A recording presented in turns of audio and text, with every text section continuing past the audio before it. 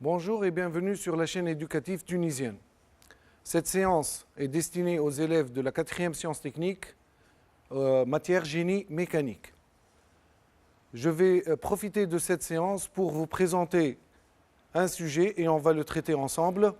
Le sujet de bac qui a été posé en session principale 2015. Donc on va découvrir ensemble le sujet. Alors vous avez le QR code, si vous voulez me suivre. Donc vous avez le QR code, il suffit de le scanner avec vos téléphones et il vous mènera directement à l'adresse du sujet. Donc sujet bac, session principale 2015, machine à pain. On va découvrir ensemble le sujet, donc dossier technique.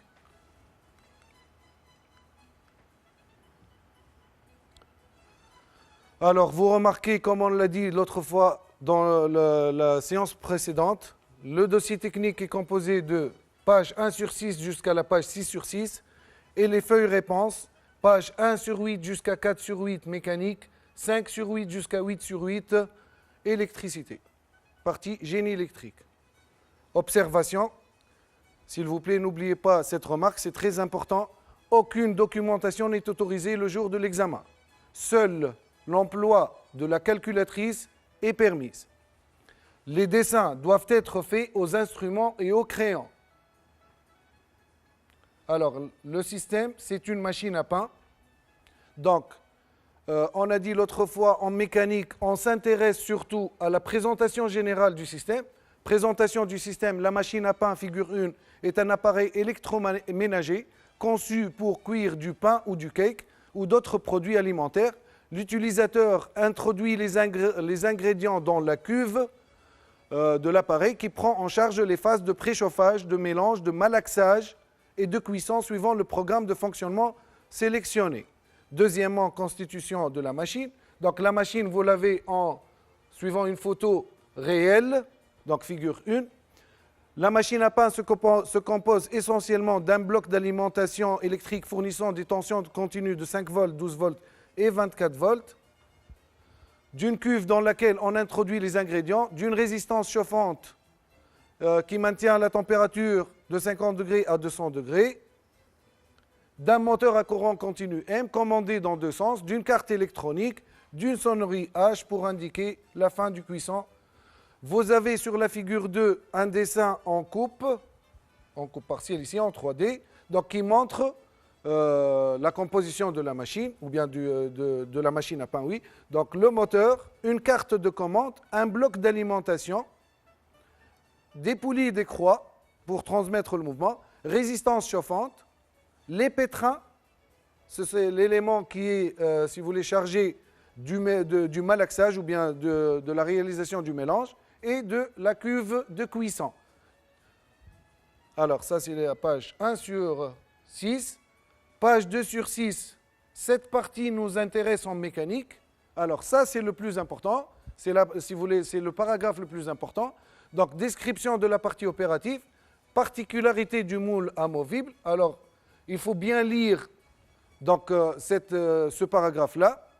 Alors, il est composé principalement du moule 1 et de l'embase 4. Alors, vous remarquez ici que ce paragraphe fait référence au dessin d'ensemble. Donc, dans ce cas-là, il faut aller vers le dessin d'ensemble et voir les repères 1 et 4.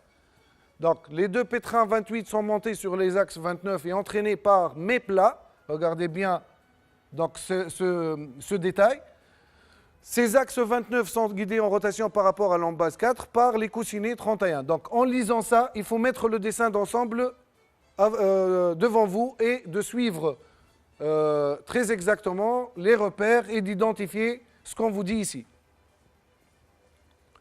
Les pétrins permettent de mélanger les ingrédients puis de pétrir la pâte. Ils restent prisonniers de la pâte lors de la cuisson et sont extraits lors du démoulage du pain cuit. Structure de la transmission de puissance, tout ça c'est la partie mécanique. Donc l'arbre 13 du moteur à deux sens de rotation entraîne la poulie intermédiaire étagée 20 par la croix crantée 19. La poulie motrice 17 est liée à l'axe du moteur 13 par l'intermédiaire d'un limiteur de couple. La poulie étagée 20 entraîne la poulie 24 du second pétrin par l'intermédiaire de la croix crantée 22. La poulie étagée 20 et la poulie 24 sont encastrés respectivement sur les axes 21 et 23, la rotation est par la suite transmise à l'axe du pétrin 29 par l'intermédiaire du crabot 32 et de l'accouplement 33. Je répète, en lisant ça, il faut mettre le dessin d'ensemble devant vous et de suivre très exactement ce qu'on vous dit ici, parce que si vous vous concentrez sur ça, vous allez remarquer que par la suite, il y aura des questions posées sur cette partie, d'une part, et d'autre part, si vous êtes concentré sur cette partie, c'est que vous aurez beaucoup plus de chances de répondre rapidement et correctement. Alors, le paragraphe C, il parle du limiteur de couple. On nous a donné à ce niveau-là un dessin en 3D. Le moyeu 38 est encastré sur l'arbre moteur 13. Le plateau 49 est arrêté en rotation par rapport au moyeu 38. Les rondelles Belleville 48, pressées par l'écrou 44, serrent les pièces 49, 41 et 39 contre le moyeu 38. La poulie motrice 17 est encastrée sur la cloche 41 par 6 vis de fixation. Le limiteur de couple permet de rompre la transmission en cas de couple résistant important. Ce couple est réglable par l'opérateur. Par la suite, dans le dossier technique, on nous donne ici la nomenclature qui nous intéresse en partie mécanique. Alors, toute cette partie, à partir de cette partie-là, description du pupitre de commande, donc c'est la partie génie électrique. Donc, je vais passer rapidement. Bien sûr, pour vous, lorsque vous êtes sur la partie génie électrique, vous revenez au dossier technique pour avoir ces données-là. Voilà, toute cette partie, c'est toujours page 4 sur 6, 5 sur 6. Donc, tout ça, c'est la partie génie électrique. Et enfin, à la page 6 sur 6, normalement, on doit retrouver le dessin d'ensemble, comme je l'ai dit tout à l'heure, sur lequel il faut se concentrer lors de la lecture de la description de la partie opérative. Donc, ça, c'est le dossier technique. Si je jette un coup d'œil maintenant sur le dossier réponse, alors, comme on a dit, le dossier réponse en mécanique et en électrique, il est composé de 2 feuilles format A3 de couleurs différentes, n'oubliez pas ça. Alors, la partie mécanique, c'est de la page 1 sur 4, plutôt, dans ce cas-là, c'est de la page 1 sur 8 jusqu'à la page 8 sur 8. Donc, vous pouvez parcourir le dossier réponse complet. Maintenant, on va traiter la partie mécanique question par question. Donc, je vais passer partie génie mécanique, études fonctionnelles, études technologiques. En se référant au dossier technique, indiquer si les pétrins 28 tournent dans le même sens ou sens opposé. Cette question, lorsqu'elle a été posée, on vous a donné ici un dessin en 3D qui représente la chaîne de transmission de mouvement entre le moteur et les pétrins. Donc, si j'utilise ce dessin-là pour répondre à cette question, je remarque que les 2 pétrins 28 sont entraînés en rotation par un système poulie-croix. Et on sait que le système poulie-croix conserve le sens de rotation. Autrement dit, la poulie, cette poulie-là tourne dans ce sens. Donc la deuxième poulie va tourner dans le même sens. Donc la bonne réponse, c'est que les 2 pétrins 28 tournent dans le même sens. Les pétrins tournent dans le même sens. Deuxième question. Compléter la chaîne de mouvement en partant de la poulie motrice 17 jusqu'au deuxième pétrin 28B. Donc en regardant sur le dessin en 3D ici, la poulie motrice 17 se trouve à ce niveau. Le deuxième pétrin 28B, donc vous voyez qu'ici, les 2 pétrins sont notés 28, 28. Donc on a 28A et 28B, c'est indiqué sur le dessin d'ensemble. Donc, on a commencé pour vous ici la réponse. Donc, la poulie motrice 17 entraîne la croix crantée 19. Vous pouvez suivre sur le dessin 3D. 17 entraîne 19. Donc, forcément, 19 va entraîner la poulie 20. Ensuite, la poulie 20, c'est une poulie étagée.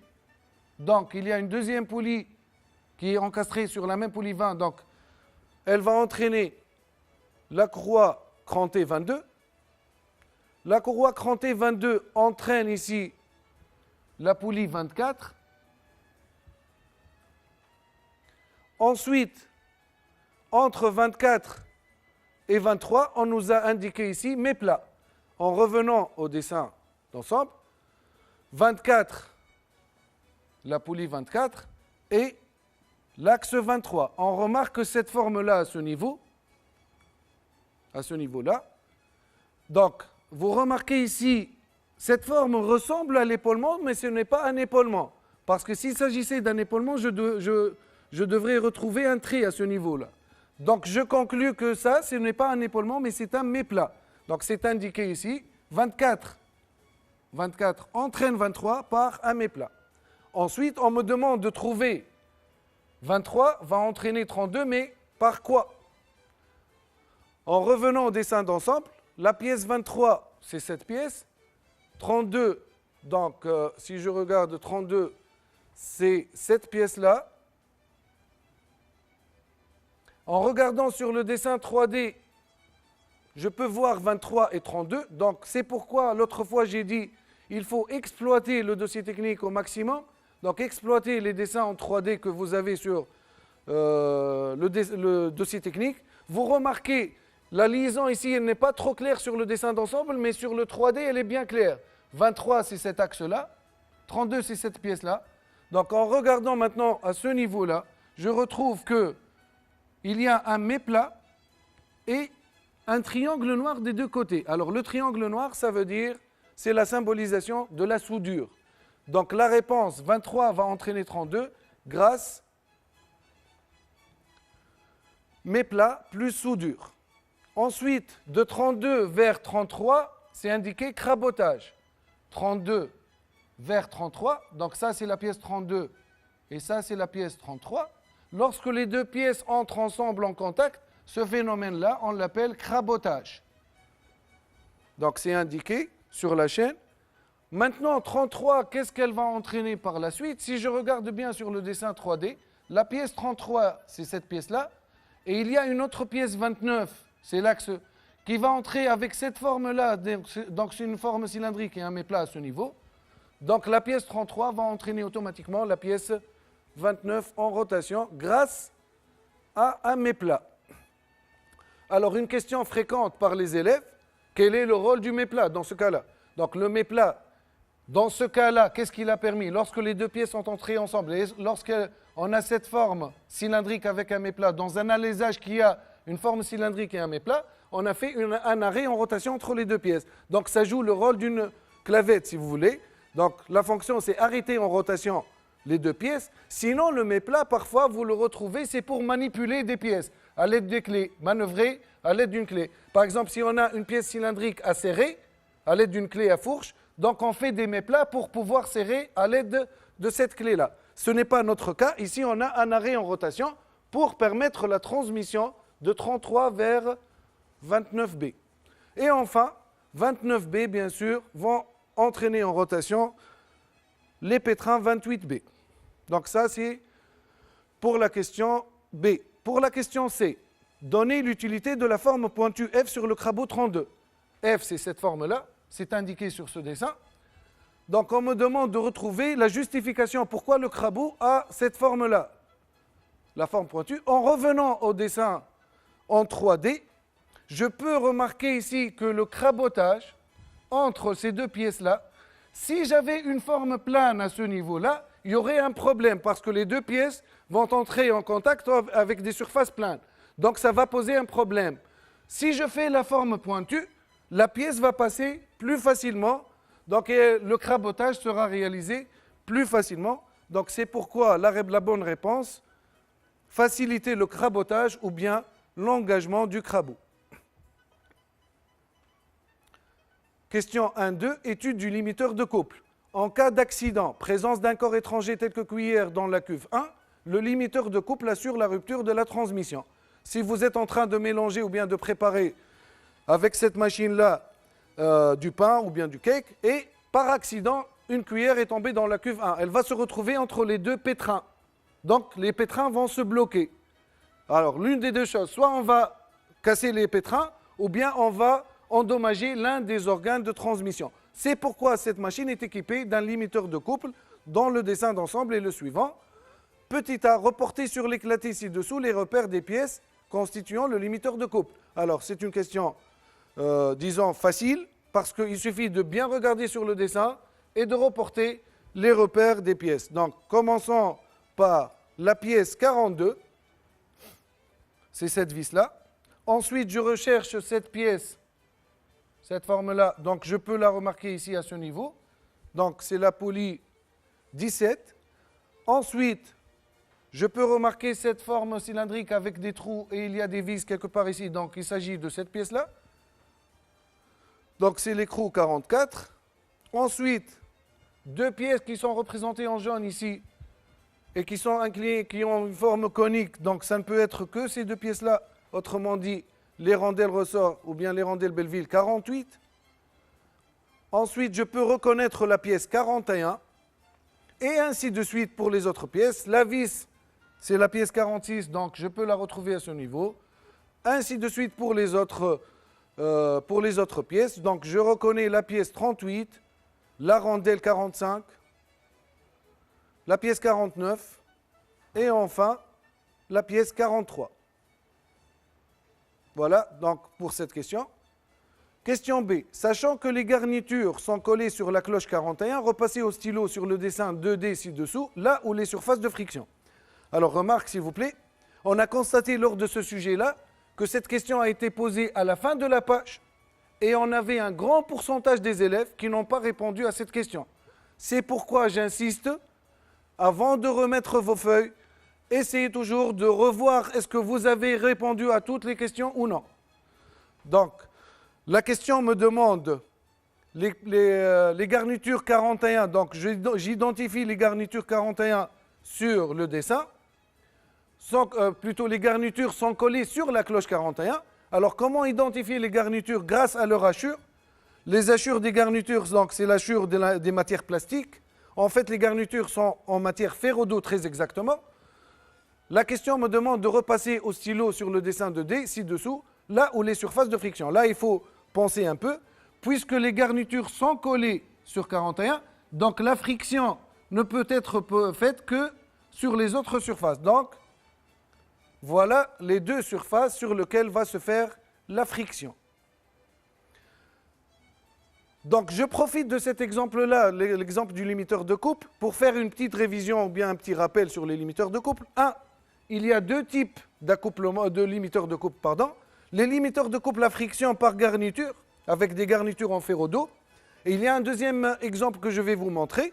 Deuxième chose, un limiteur de couple doit toujours comprendre, ou bien dans lequel on va retrouver un ressort obligatoirement. Ce ressort, soit qu'il est un ressort identique au ressort que vous connaissez, ou bien des rondelles Belleville.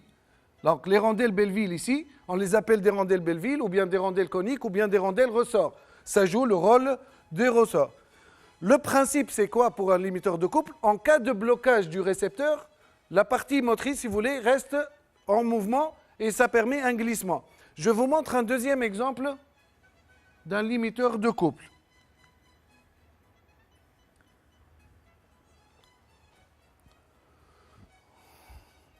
Voilà, je vais prendre cet exemple-là. Alors là, il s'agit d'un système constitué rapidement d'un moteur, d'un variateur, d'un réducteur de vitesse, d'un système poulie-croix. Et ensuite, la poulie-croix va entraîner une vis. Et la vis va entraîner en translation la pièce qui est maintenue sur la table de la machine. Si, par exemple, par accident, la pièce va toucher le forêt, dans ce cas-là. Donc, logiquement, ce qui va se passer, c'est qu'on aura une interruption de la transmission de mouvement. Donc, il y a un crash à ce niveau-là. Alors, l'une des deux choses, soit, je reviens un peu, soit dans ce cas-là, on va casser le forêt, ou bien la pièce, ou bien on va endommager l'un des organes de transmission de la puissance, c'est-à-dire, on peut endommager le filetage, ou bien au niveau de la croix, ou bien de la clavette à l'intérieur, ou bien le réducteur, ou bien on peut même arriver à détériorer le moteur. Alors, si vous regardez bien, vous allez remarquer que regardez bien ici, à ce niveau-là, le mouvement est transmis, et lors du blocage, les poulies continuent à tourner. Donc, qu'est-ce qu'il y a à l'intérieur qui a permis ça? Si vous regardez bien, il y a une transmission par des billes. À l'intérieur, il y a des billes. Lors du blocage, lorsque la vis maintenant va se bloquer, regardez bien le mouvement qui a été réalisé. Voilà, les billes quittent leur logement et la poulie continue à tourner jusqu'à ce que les trous reviennent devant les billes, les rondelles ressortent, poussent les billes vers l'intérieur. Si la machine est débloquée, donc ça marche. Sinon, les billes sont poussées vers la gauche, par la pièce bien sûr, par la poulie. Ils sont poussés vers la gauche. Voilà. Et la poulie continue à tourner. Donc, qu'est-ce qu'on a gagné à ce niveau-là? C'est qu'on n'a pas, endommagé les organes de transmission. Et dans ce cas-là, donc on n'a pas endommagé les organes de transmission et la partie motrice continue à tourner librement. Donc, voilà un deuxième exemple d'un limiteur de couple. En résumé, les limiteurs de couple, soit vous aurez des garnitures de friction, soit vous aurez une transmission par des billes qui quittent leur logement en cas de blocage. Pour la question suivante dans ce sujet-là, donnez dans l'ordre les repères des pièces à manipuler pour augmenter l'effort presseur. Indiquez sous chaque repère la nature de l'opération. Remarque, la croix 19 étant démontée. Donc on me demande de trouver comment je peux serrer encore ou bien comment je peux augmenter l'effort presseur. Pour augmenter l'effort presseur à ce niveau-là, il faut plus serrer sur les rondelles Belleville parce que c'est elle qui assure l'effort presseur. Donc dans ce cas-là, on a commencé la réponse par vous indiquer qu'il faut démonter 42. 42, ce sont ces vis-là. Donc il faut démonter les vis. Si les vis sont démontées, je peux enlever la poulie. Donc la deuxième étape, c'est de démonter la poulie 17. Une fois que j'ai démonté la poulie 17, j'ai accès maintenant aux vis 47. Donc je peux dévisser les vis 47 qui sont ici. Donc démonter les vis 47. Maintenant, je peux serrer l'écrou parce qu'il s'agit d'un écrou 44. Donc, c'est indiqué ici, serrer 44. Vous remarquez qu'il y a un filetage à ce niveau. Donc, si je serre l'écrou, qu'est-ce qui va se passer? Les rondelles vont être encore, si vous voulez, plus serrées. Et elles vont réagir sur la liaison à ce niveau-là pour assurer un grand effort d'adhérence. Donc, une fois que j'ai terminé mon réglage, qu'est-ce que je dois faire? Je dois remettre en premier lieu les vis 47 à leur place, donc monter 47, et enfin je monte la poulie 17, et enfin je remets les vis et je monte et je serre les vis 42. Voilà donc pour cette question-là. Question 3, complétez le schéma cinématique de la machine à pain ci-dessous. Alors, si vous vous rappelez bien, j'ai dit l'autre fois qu'il faut reconnaître la symbolisation. Donc vous remarquez ici le symbole d'un limiteur de couple, d'une transmission par poulie-croix, et la croix c'est indiqué que c'est une croix crantée. Deuxième transmission par poulie-croix, et là il s'agit d'un symbole, d'un accouplement de symbole général. Donc je vais commencer par la première liaison à ce niveau-là, entre cet axe-là et le bâti. En revenant au dessin d'ensemble, je me retrouve à ce niveau-là. Je remarque la présence d'un coussinet et un anneau élastique pour réaliser l'arrêt en translation. Le coussinet, une fonction que je connaissais, guidé en rotation, avec l'arrêt en translation, donc c'est confirmé que c'est une liaison pivot. Voilà, la liaison pivot. Ensuite, je vais m'intéresser à cette liaison-là, entre la poulie et l'axe. Je remarque à ce niveau-là la présence de deux méplats et d'une rondelle et d'un écrou. Donc, ça va me donner une liaison encastrement. Je représente la liaison encastrement.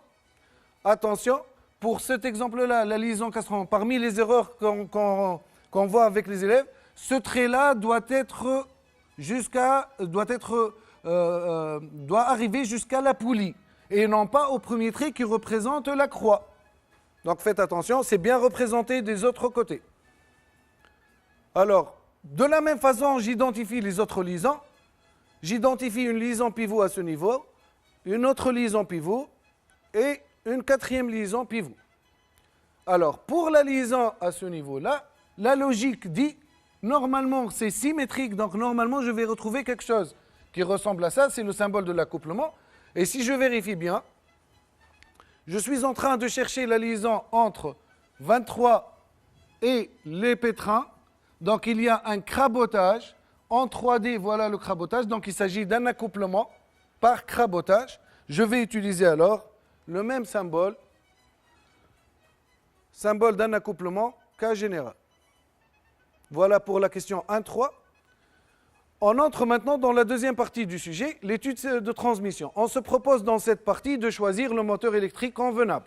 Donc, j'ai dit, il faut identifier l'objectif. L'objectif de ces questions, c'est d'arriver à choisir le moteur électrique convenable. Les données sont données sous forme d'un schéma, donc il faut bien lire le schéma. Donc, transformer l'énergie, moteur électrique. À la sortie, on a NM, PUM inconnu. On passe vers une deuxième fonction, transmettre, poulie-croix, rendement 0,95. À la sortie de cette boîte, on a P20 inconnu. P20, c'est divisé en deux traits, si vous voulez, en deux parties.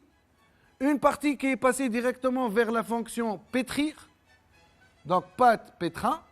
Une deuxième partie de P20 est passée par une autre fonction, transmettre, poulie-croix, qui a un rendement 0,95. À la sortie, j'ai N28B, C28B, P28B. N28B égale à 150 tours par minute, c'est la vitesse de rotation des pétrins. Le couple nécessaire, c'est 115 Nm. Même chose pour le pétrin 28A. En se référant à la figure ci-dessus et au dossier technique, petit a déterminer la puissance à fournir sur l'un des pétrins P28A ou P28B. On me demande de calculer la puissance à ce niveau-là, c'est-à-dire la puissance à la sortie. Donc la formule P égale à C fois oméga. Donc P28A égale à P28B, c'est C28A fois oméga 28B, fois oméga 28A, pardon. Donc GC28A et GN28A, je peux remplacer oméga par 2πn sur 60. Donc 2πn 28A sur 60. Si je fais l'application numérique, je retrouve une valeur de 18,06 watts.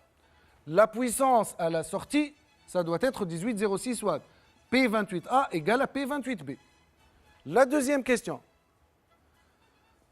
En déduire la puissance au niveau de l'axe de la poulie 20. Regardez bien. Déjà, j'ai remarqué que c'est en déduire. Ça veut dire c'est lié à la question précédente. Qu'est-ce qu'on me demande de déduire? La puissance P20 à ce niveau-là. Alors, si je prends P20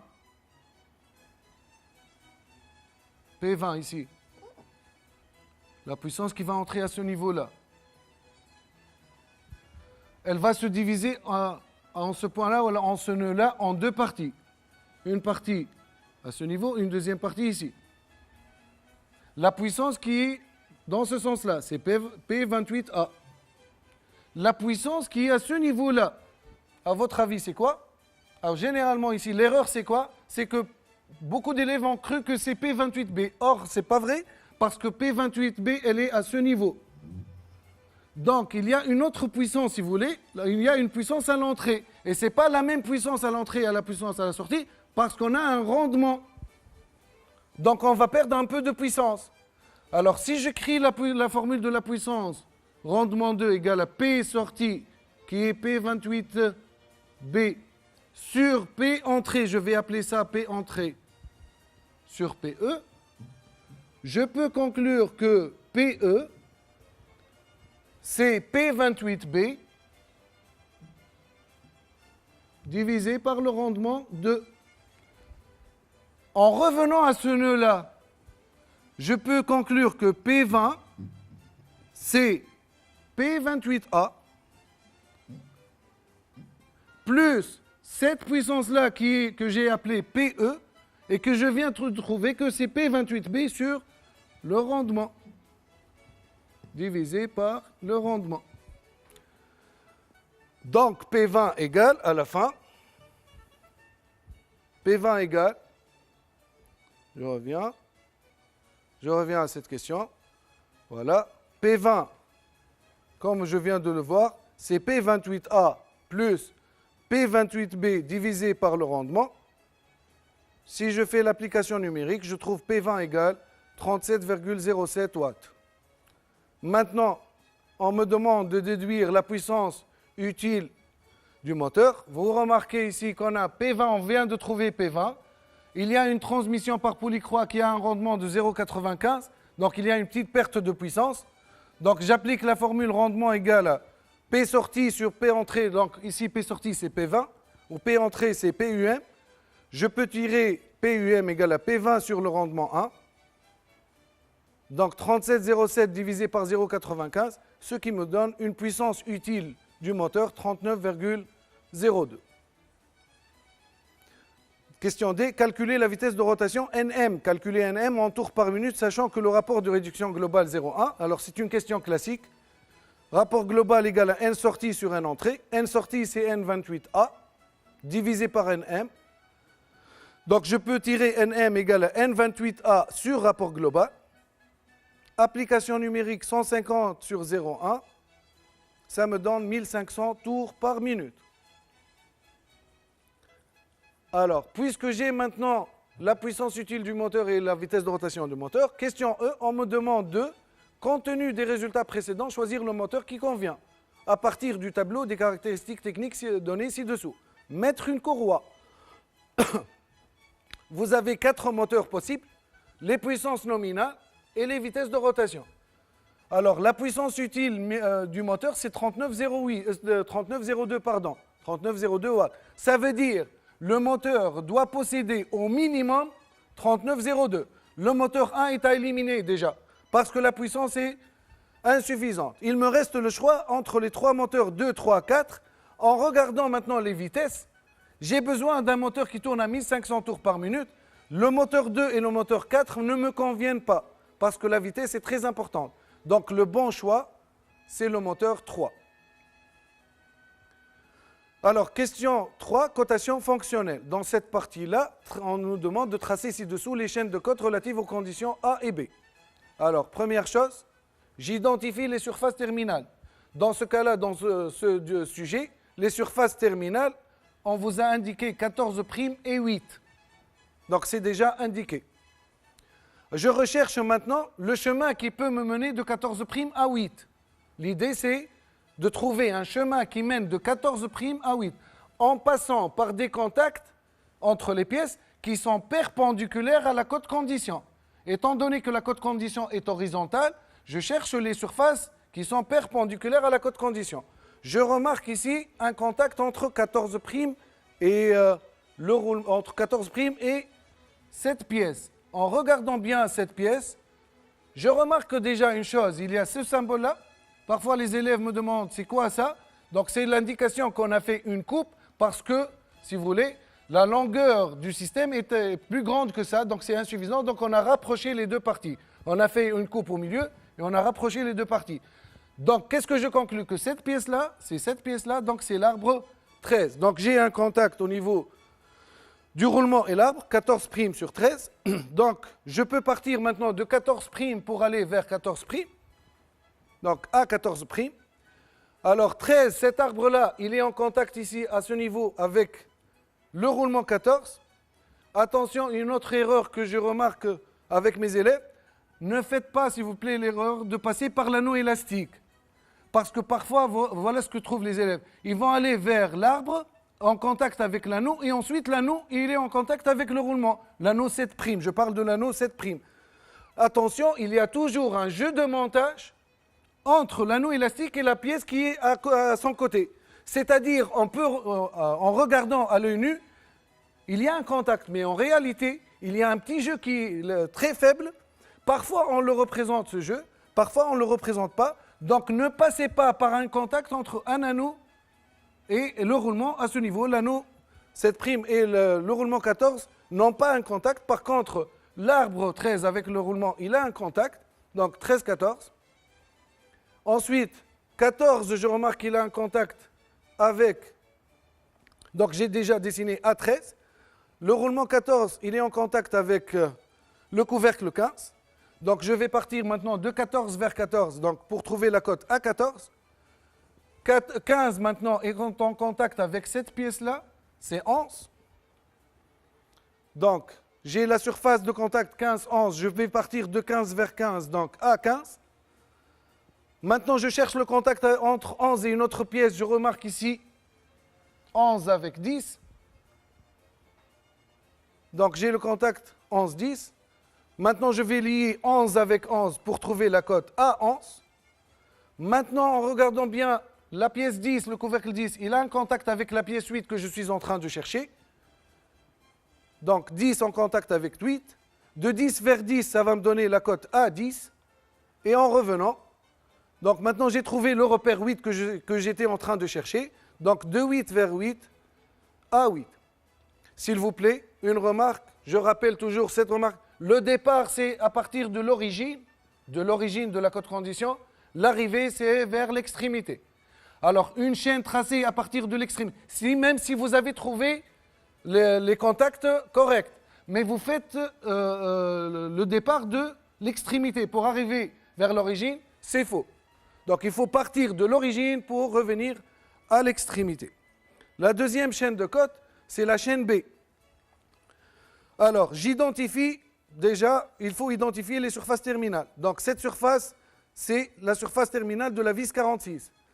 La deuxième surface pose parfois des problèmes avec les élèves. C'est quoi cette surface et elle appartient à quelle pièce? C'est une question qui est toujours demandée à ce niveau. Regardez bien, la deuxième surface terminale, elle vient du taraudage réalisé sur l'arbre 13, là où la vis est montée. Donc ce trait-là, c'est la fin du taraudage. Donc le taraudage, il est réalisé sur 13. Donc cette surface terminale appartient à la pièce 13. Ensuite, il faut chercher le chemin qui mène de 46 à 13. Donc je remarque un contact entre 46 et 45. Donc de 46 vers 46, c'est B46. Ensuite, la rondelle 45, elle a un contact avec la pièce 38. Donc de 45 vers 45, c'est B45. La pièce 38, en cherchant, elle a un épaulement, elle a un contact au niveau de l'épaulement avec l'arbre 13. Donc 38, 13, c'est bon, j'ai retrouvé 13. Donc B38, et je reviens de 13 vers 13, donc pour avoir B13. Voilà la chaîne complète. Question B, justifier l'emploi de la pièce 8. En regardant le dessin, j'identifie la pièce 8. Alors c'est bizarre, c'est un peu bizarre. Ça ressemble à un anneau élastique. Mais, regardez bien, elle n'est pas dans une gorge. Elle n'a pas un logement dans une gorge. Donc je vais vérifier. Ça ressemble à un anneau, mais ce n'est pas un anneau. Donc je vais vérifier avec la nomenclature. Donc en allant vers la nomenclature, je découvre que 8, effectivement, ce n'est pas un anneau, mais ce sont des cales.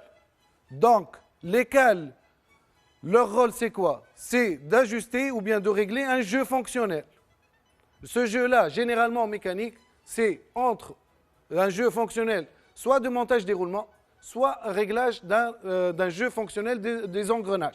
Et ce n'est pas toujours tous les types d'engrenages. Hein. C'est les engrenages, par exemple, les engrenages coniques ou bien le système roue et vis sans fin, nécessite un réglage de jeu. Si je regarde bien, donc la cale, elle est à côté d'un roulement, donc c'est pour le réglage du jeu de fonctionnement, déroulement, 14'. On appelle aussi ce jeu-là le jeu de dilatation. Donc on doit toujours laisser un petit jeu entre l'obstacle sur la bague extérieure et la bague extérieure, on l'appelle le jeu de dilatation. Donc, régler le jeu de fonctionnement, déroulement, 14. Question 4, étude des résistances des matériaux. Alors, l'arbre 23 à section circulaire pleine est soumis à deux couples opposés, action de la poulie 24 et action du crabeau 32. On donne, j'identifie les données. Le couple transmètre, c'est 23, 3 Nm. La limite élastique REG égale à 250 N par millimètre carré. Le coefficient de sécurité S égale à 8. On me demande de calculer le diamètre minimal de l'arbre 23 pour qu'il résiste en toute sécurité. Donc c'est indiqué, je vais chercher le diamètre pour la condition de résistance. Donc d'après la condition de résistance, j'ai retenu mes formules. Taumax inférieur à RPG. La formule de Taumax, c'est le couple sur I0 sur R.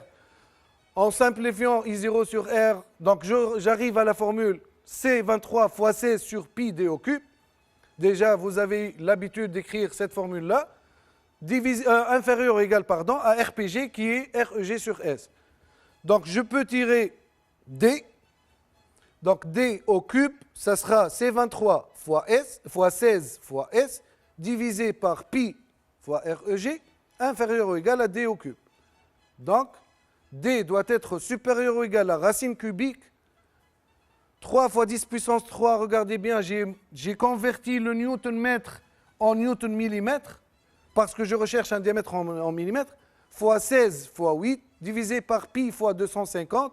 Je remarque que REG égale à 250 newtons par millimètre carré, et je cherche quelque chose en millimètres, donc je n'ai pas changé, j'ai laissé 250 newtons par millimètre carré.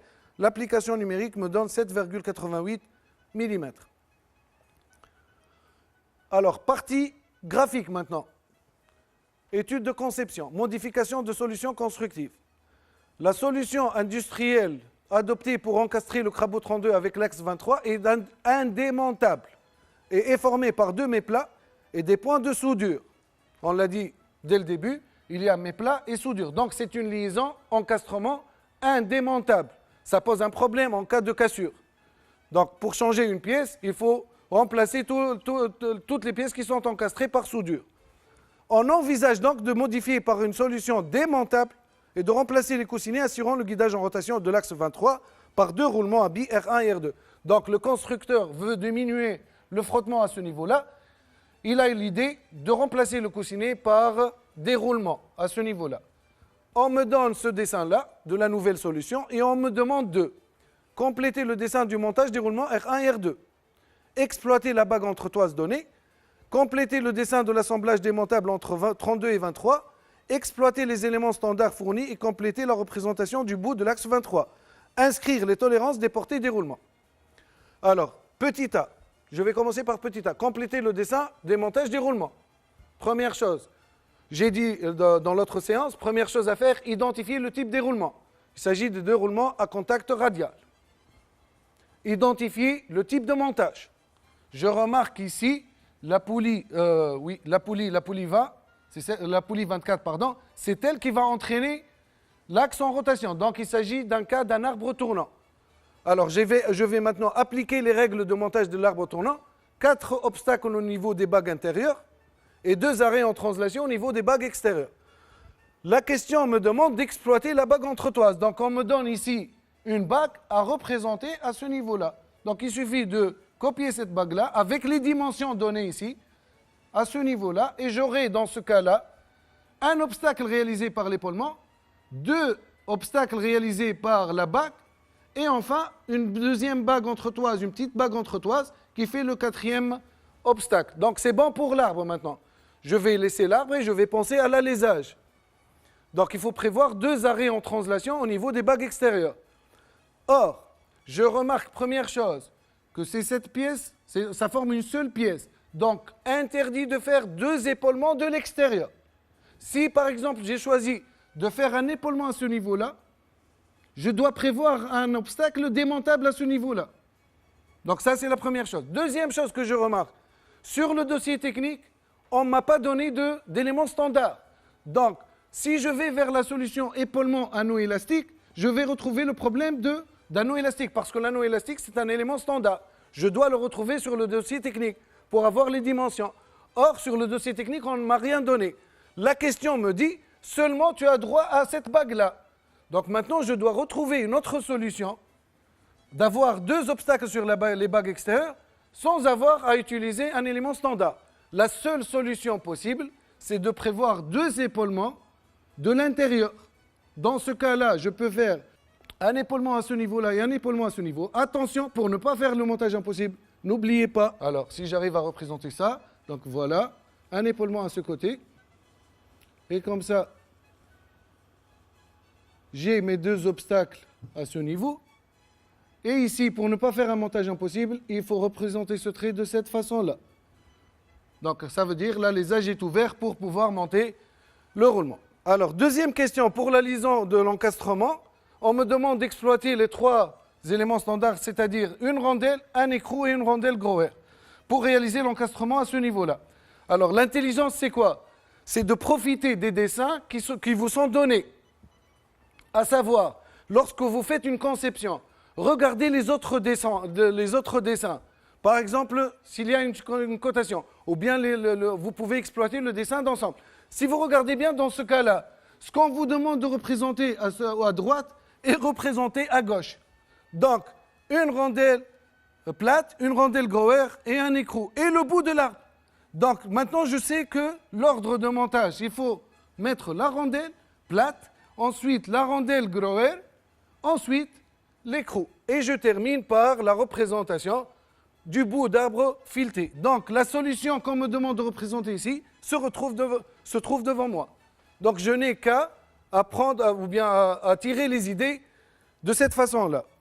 Enfin, on me demande d'indiquer les tolérances des portées de roulement. Alors ça, ce sont des choses qui sont déjà retenues.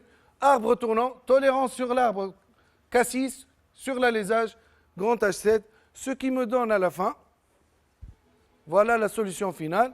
Vous remarquez le montage de la bague, l'épaulement entre les deux bagues extérieures de l'intérieur des roulements, les alésages qui sont ouverts des deux côtés à droite et à gauche, la liaison castrement, rondelle, rondelle grower et l'écrou et surtout le bout d'arbre fileté, et enfin les tolérances petit cassis sur l'arbre et grand H7 sur l'alésage. Donc, voilà pour ce sujet-là. J'espère que vous avez bien retenu les remarques que j'ai faites et je vous souhaite beaucoup de courage. Merci.